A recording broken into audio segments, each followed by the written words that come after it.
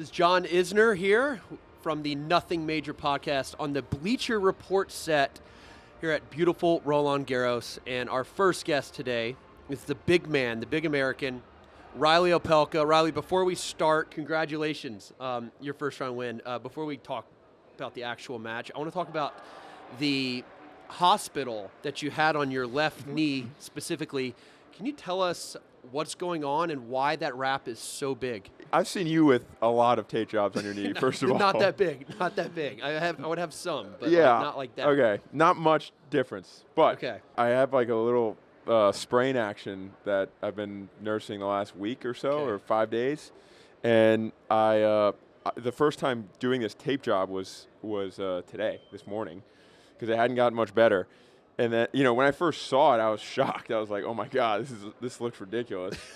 And then, I couldn't even really straighten my leg at first. Yeah. And the tape was so stiff that I couldn't move. So, it was hard to, even load into my serve. That's why I lost, 9 games in a row, it felt like. I didn't even realize you were down a break at the beginning of the second set.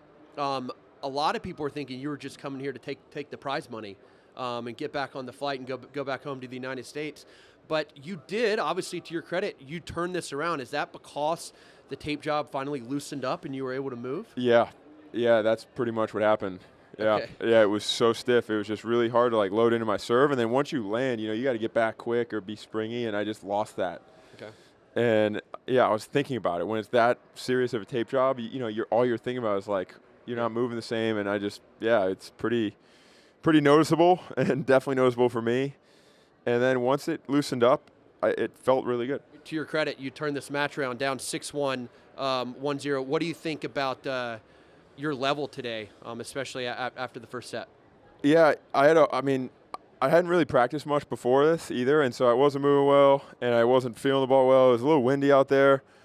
Obviously, I knew I was going to have to take more chances than normal just because I was going to be a little bit slow. But when you don't have reps in practice, it's hard to swing out as well. Yeah. And so that break was huge for me. And then once I had a little bit of the rain delay, I really just talked with Kula and just said, I got to start letting the ball go. I'm holding back way too much. And the only way I can get through this, if I'm going to be a step slow, is to really take some risk. I like that. That's for everyone out there. It's Dennis Kula, Reilly's coach, a former really good American player. Now he's on the bag for Reilly. But we talked about your knee. Let's talk a little bit about your actual, your injury travails over the last couple of years. You went 18 months and did not hit a professional ball. You actually told me at 25 years old, you did not play a match in year 25 of your life. And that's most players' prime. Yeah.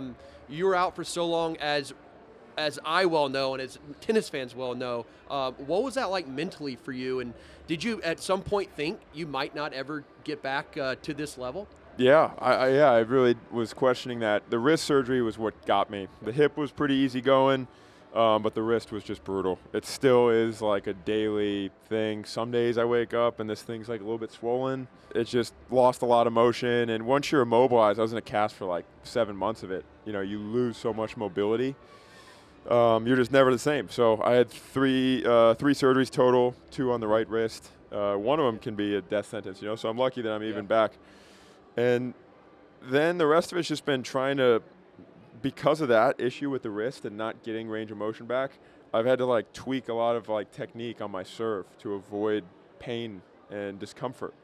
So there's been a lot of trial and error.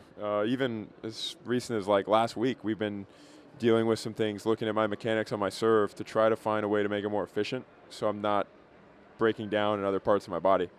All right, well, it seemed to have worked today, especially after the first set. Yeah. When you got broken, you got broken 2 times in the first set, and you got broken right out of the gate in the second set, but you definitely turned it around. I guess another positive, or one positive from your layoff is you must have gotten pretty proficient with eating left-handed. I did. When you had wrist surgery twice on your right wrist. I did. I got pretty good with the left hand. Okay. Yeah. All right, dude. As a fellow tall guy, we're the same height, 6'11". We're serve bots. We rely on our serve. But you are a serve bot, in my mind, is one of the most athletic, super tall tennis players I've ever seen. You're crazy, crazy fast. Would you say, and you can toot your own horn here, would you say in a straight line sprint, let's call it a 100-yard sprint, 100-meter sprint, excuse me. Are you the fastest player on the ATP Tour in a straight line? I don't know. Top 5? Yeah, for sure. Okay. But anything over 100, I'm in trouble. Yes. Like I'm actually bottom 5. But yeah, if it's 200, there's not many guys. Like I can't. The tank doesn't last that long. Yeah. But yeah, for 100 or even a 40, yeah.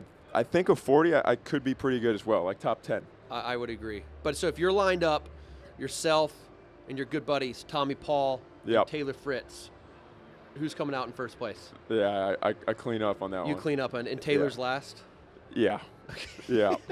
Yeah, Taylor's dead last. Let's talk more specifically about the clay. What do you like about playing on the clay? What does the clay do that's makes your game very solid out there? Like today, I thought it was pretty bouncy. Yep. The hard part is, on clay, like weather, rain, temperature, all that is such a huge. Those really matter for us. There's some days you can play on a court and it's like really bouncy, and you just would love to play any, clay court on that court, and then that same court one day later, and you feel helpless out there because it's not jumping, it's right in their slot, and they just open you up off the court, and you're running, and it's a disaster. So. Yep. Temperature is huge. Like today, we had a mixture of cold, rain, heat, sunshine, bouncy, windy. It was everything, but overall, it was pretty fast. So I got a lot of reward for taking some cuts at the forehand. And I think maybe playing on a bit of a smaller court might help huge. you well. It's always good for a big server to not be on these cavernous stadium courts. Players can't go to the back fence. You handled business very, very well today, Reilly. Again, congrats on that. But right now, American men's tennis is in a really good spot with Taylor Fritz leading the charge, Tommy Paul, Ben Shelton, Francis Tiafoe, bunch of other players, yourself, obviously finally back playing at a high level. At the TNT desk this year, there are American greats being a part of the coverage. John McEnroe, Andre Agassi, Jim Courier. In your mind, who are some of the best American tennis players of all time, or your favorite? McEnroe. Obviously the Williams.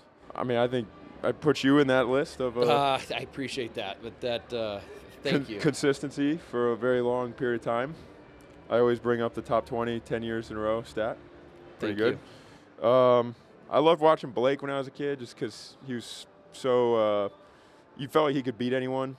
Those are the guys that were as a junior, like you would watch, because like Blake's playing Rafa or something. There's a chance he could actually win that match.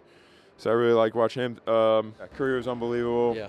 McEnroe's, he's the coolest. Yeah. He's a legend. He's a legend. Through and through. Yeah, just the way he walks and his. I was surprised he came in.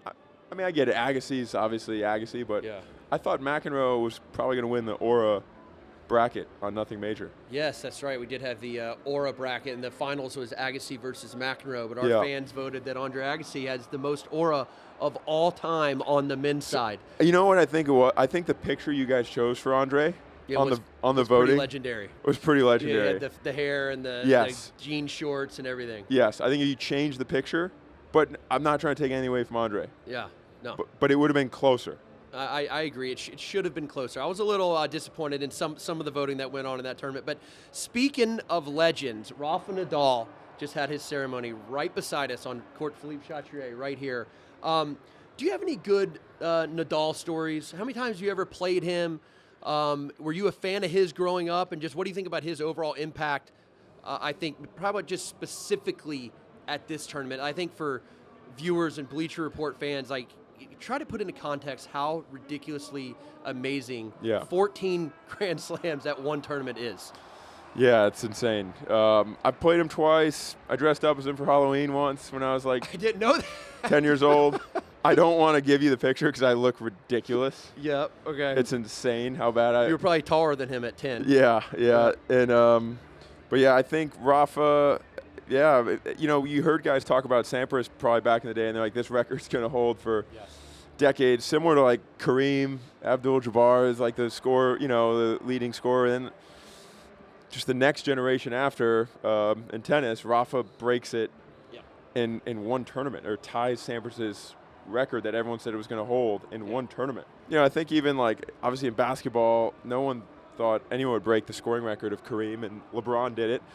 And I think sports evolve that way because we were just talking about the draw here. There's like everyone's so good.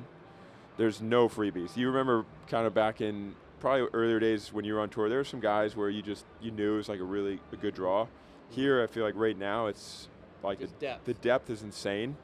And I think the sport's just evolved. Like guys have seen Novak and Murray and Rafa train. You open up Instagram and you see Novak doing his crazy warm-up routine and these crazy exercises, and kids and these crazy tennis parents are making their like 7-year-old kids do those same things. But that's what pushes the sport forward. I think that's why like there could be someone that maybe does break that record.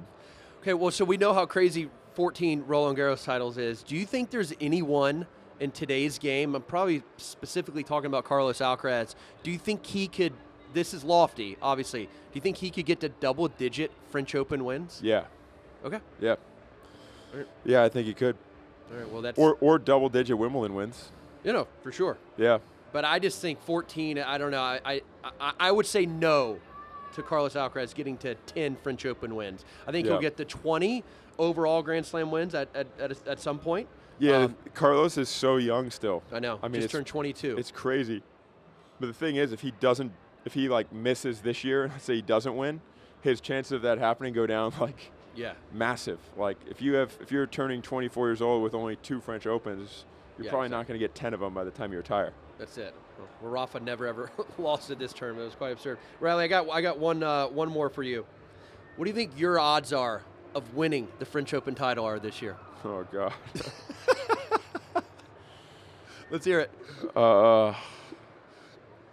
Like a real guess? Like a real guess. 0. Why do you say that? You got 2 days off. Maybe the knee can heal a little bit in the next couple of days. I mean, yeah. I'm playing Navone, a guy that you've never heard of, that you don't really even know, and and from Argentina, I'm the underdog. I'm definitely the underdog there. Yeah. It's not a good sign. No, it's not a great sign. And then you'd have to win 5 more matches after that. Yeah. So. Yeah, no. So let's call it less than 1%. Okay. Fair enough. Yeah. Well under so 1. So you're saying there's a chance? I said 0. I stand by none. Okay. All right, that's it, dude. I appreciate it.